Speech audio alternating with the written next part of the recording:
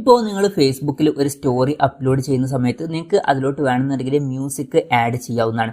പക്ഷെ ഒരു കാര്യം എന്താ വെച്ചാൽ നമ്മൾ നോർമലി ഒരു പാട്ട് സെലക്ട് ചെയ്താൽ ഏതെങ്കിലും ട്രെൻഡിങ് ആയിട്ടുള്ള ഒരു ഭാഗമായിരിക്കും അതിൽ മ്യൂസിക്കായിട്ട് ആഡ് ആവുക. ചിലപ്പം ആ ഒരു പാട്ടിൻ്റെ ആ ഒരു ട്രെൻഡിങ് ആയിരിക്കുന്ന ഒരു ഭാഗമായിരിക്കില്ല നമുക്ക് വേണ്ടത്, നമുക്ക് വേറെ ഏതെങ്കിലുമൊക്കെ ഭാഗം സെറ്റ് ചെയ്യേണ്ടി വരും. അപ്പം ഈ ഒരു വീഡിയോയിൽ നമ്മൾ നോക്കാൻ പോകുന്നത് ഫേസ്ബുക്കിൽ ഒരു സ്റ്റോറി അപ്ലോഡ് ചെയ്യുമ്പോൾ അതിൽ മ്യൂസിക് ആഡ് ചെയ്യുന്നുണ്ടെങ്കിൽ ആ ഒരു മ്യൂസിക്കിൻ്റെ ആ ഒരു പൊസിഷൻ എങ്ങനെ ചേഞ്ച് ചെയ്യാം എന്നുള്ളതിനെ കുറിച്ചിട്ടാണ്. അപ്പം അതിന് വേണ്ടിയിട്ട് ഫേസ്ബുക്ക് ആപ്ലിക്കേഷൻ ഓപ്പൺ ചെയ്യുക.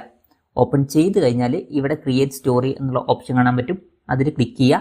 അല്ല എന്നുണ്ടെങ്കിൽ ഇവിടെ ഒരു പ്ലസ് ബട്ടൺ കാണാൻ പറ്റും, അതിൽ ക്ലിക്ക് ചെയ്യുക. അതിൽ ക്ലിക്ക് ചെയ്തിട്ട് സ്റ്റോറി സെലക്ട് ചെയ്യുക. അതിൽ ക്ലിക്ക് ചെയ്താലും നമ്മൾ നമ്മുടെ ഗാലറിയിൽ എത്തുന്നതായിരിക്കും.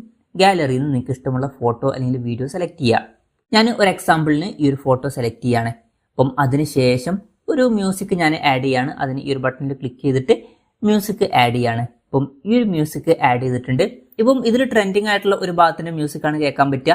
ഇനി അത് ചേഞ്ച് ചെയ്യണമെന്നുണ്ടെങ്കിൽ ഈ ഒരു മ്യൂസിക് ഐക്കണിൽ ഒന്നെങ്കിൽ ക്ലിക്ക് ചെയ്യാം, അല്ലാന്നുണ്ടെങ്കിൽ ഈ ഒരു മ്യൂസിക് ബട്ടണിൽ ക്ലിക്ക് ചെയ്യാം. ക്ലിക്ക് ചെയ്താൽ നമുക്ക് ഈ ഒരു ഭാഗം ചേഞ്ച് ചെയ്യണമെന്നുണ്ടെങ്കിൽ ചേഞ്ച് ചെയ്യാവുന്നതാണ്. ഇപ്പം ഇവിടെ ട്രെൻഡിങ് ആയിട്ടുള്ള 3 ഭാഗങ്ങൾ ഇതിൽ കാണിക്കുന്നുണ്ട്. അപ്പം ഈ ഒരു ഭാഗമാണ് സെലക്ട് ആയിരിക്കുന്നത്. ഇനി ഇത് ചേഞ്ച് ചെയ്യണമെന്നുണ്ടെങ്കിൽ ഇവിടെ ജസ്റ്റ് ക്ലിക്ക് ചെയ്താൽ മതി.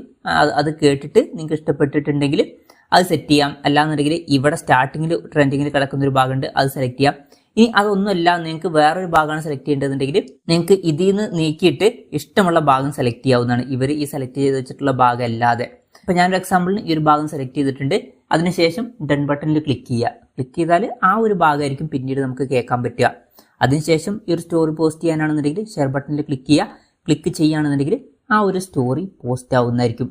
അപ്പം ഇങ്ങനെ നമുക്ക് വളരെ സിമ്പിളായിട്ട് ഫേസ്ബുക്കിൽ ഒരു സ്റ്റോറി അപ്ലോഡ് ചെയ്യുമ്പോൾ അതിൽ മ്യൂസിക് ആഡ് ചെയ്തിട്ടുണ്ടെങ്കിൽ ആ ഒരു മ്യൂസിക്കിൻ്റെ പൊസിഷൻ ചേഞ്ച് ചെയ്യാവുന്നതാണ്. ഈ ഒരു വീഡിയോ നിങ്ങൾക്ക് യൂസ്ഫുൾ ആയി എന്ന് വിചാരിക്കുന്നു.